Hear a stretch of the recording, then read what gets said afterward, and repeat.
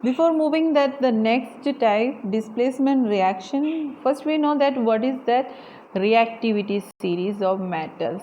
क्योंकि जो displacement reaction है वो मेनली बेस्ड करते हैं रिएक्टिविटी सीरीज कि डिस्प्लेसमेंट हुआ है, अगर कोई भी एलिमेंट्स है वो डिस्प्लेस हुआ है तो उसका मेन रीज़न उसकी मेटल की, अगर मेटल है तो उसका रिएक्टिविटी पे बेस होंगे, हाईली रिएक्टिव होगा वो दूसरे जो लो रिएक्टिव होंगे उसको डिस्प्लेस कर देंगे.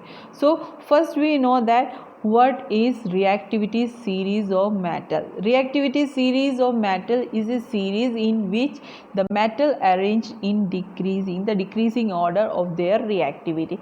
In other words, we can say that the reactivity of metal depend on the factors like atomic size, number of valence electron.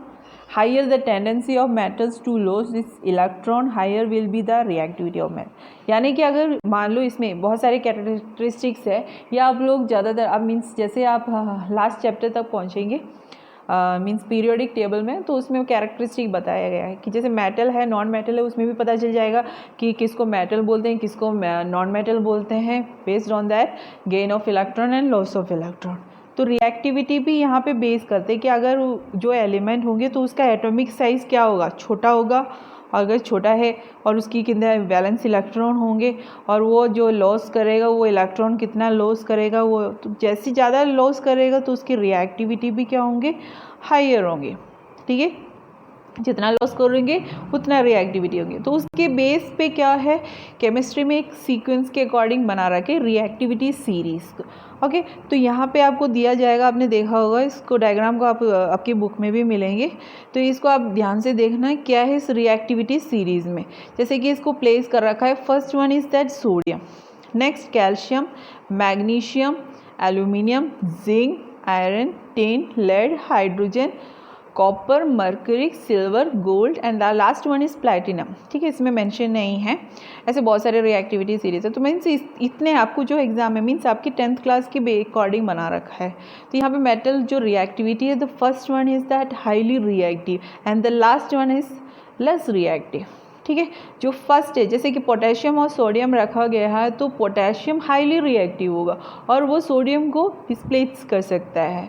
और उसके अलावा हमने ले लिया एक जिंक ले रखा है और आपके पास कॉपर रखा है, तो आपको पता है इसमें दिखाई दे रहा है कि जिंक हाईली रिएक्टिव होगा एज़ कम्पेयर टू कॉपर. तो अगर कॉपर किसी कंपाउंड्स के साथ होंगे तो उस कॉपर को डिस्प्लेस करके जिंक उस जगह पे आ जाएंगे. तो based on that reactivity series, यहाँ पे एक रिएक्टिविटी सीरीज़ दे रखा है, उसको आपको लर्न करना है. इसको लर्न करने के बहुत सारे ट्रिक्स होते हैं, तो आप उसको यूज़ कर सकते हैं. ठीक है, हिंदी में जैसे आप for example I am giving one example that simply बता रही हूँ. इसके अलावा भी है जैसे PSBC हम लेंगे. फर्स्ट वन PSBC, यहाँ पे एक और एलिमेंट आना चाहिए, वो दिया नहीं है आपका. First one is that potassium, second sodium, third number पे बैरियम होता है जो आपके सिलेबस में नहीं है. सो आपकी इसमें कैल्शियम दे रखा है. जैसे आप 11th क्लास में जाएंगे तो आपके उसमें बैरियम आ जाएंगे. सो PSBC. नेक्स्ट वन इज मेजेंटल चाप. इसको अगर आपने याद करें, PSBC मेजेंटल चाप. PSBC का तो मैंने आपको बता दिया. Second one is magental, M for magnesium, A for aluminium, Z for zinc, I for iron, N for nickel, T for tin and L for lead. चाप CHAAP चाप. C for copper दे रखा है. H for mercury, क्योंकि Mercury का जो आप simple लिखेंगे Hg होंगे. A for silver जो कि Ag है. फिर again A that is gold, Au, and the last one is P platinum, वो भी आपकी इसमें नहीं दे रखा है. तो PSBC मेजेंटल चाप. उसके अलावा और हिंदी में वो बहुत सारे मेथड से आप एक बार नेट पे भी देखोगे तो आपको मिल जाएंगे, या आप खुद अपने आप बना सकते हो. You can make your own tricks to learn this reactivity series. कुछ भी हो आपको ये रिएक्टिविटी सीरीज़ इस ऑर्डर में लर्न करना है.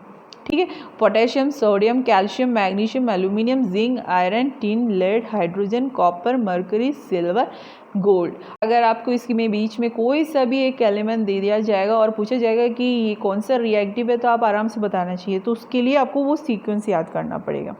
ओके इसी तरह जैसे ये मेटल की रिएक्टिविटी है, उसी तरह आपकी नॉन मेटल की भी रिएक्टिविटी है। जैसे उसमें ज़्यादातर हम यूज़ करेंगे halogen groups.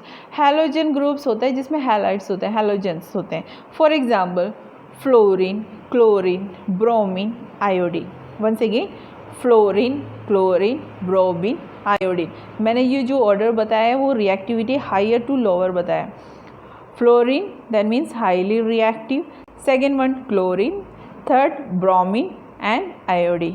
These four are the non-metal which has that reactivity series. Means आपको ये ही इसी में से कोई क्वेश्चन आ सकता है। रिएक्टिविटी सीरीज के कोई भी क्वेश्चन आपके आएंगे तो इतने नॉन मेटल में से कोई से भी दे देंगे और आपसे पूछा जाएगा यानी ये डिस्प्लेसमेंट रिएक्शन हुआ होगा तो किस वजह से होगा, कौन सा हाईली रिएक्टिव है, तो आपको ये पता होना चाहिए।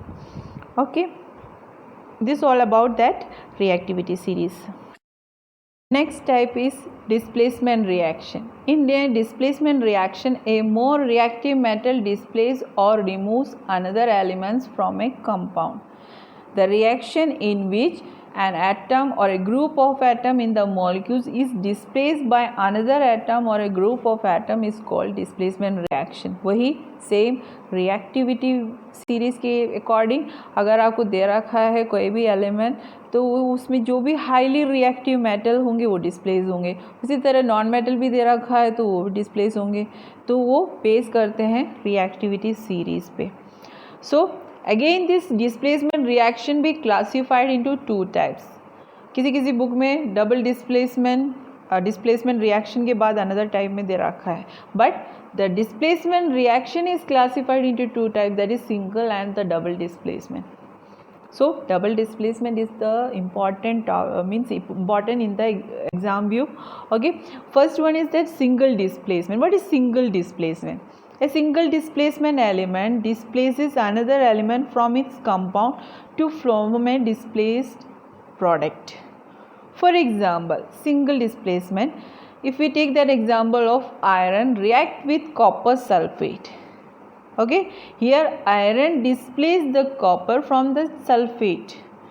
It will form iron sulfate and copper will be displaced.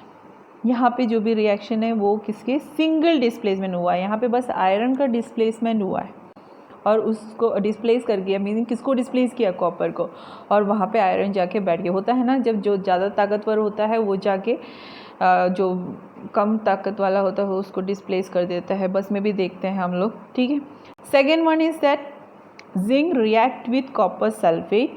Here again zinc displace copper sulphate. Okay, third one lead react with copper chloride. Lead displace copper. So just you learn that reactivity series you can easily understood. And another some examples, magnesium react with hydrogen sulfate. Okay, H2SO4 that we called as sulfuric acid.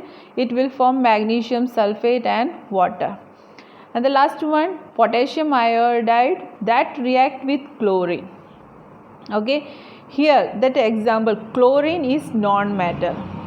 यहाँ पे displace हुआ है non metal का। पहले आपको reactivity series में metal का बताया था, सेकेंड वन नॉन मेटल और उसमें भी क्लोरीन। तो ऐसे भी क्वेश्चन बीच में आएंगे। तो that is the single displacement method. Potassium iodide react with chlorine, it form है potassium chloride plus iodine. Okay, these all are the examples for single displacement. Then another example, you just go through this one also.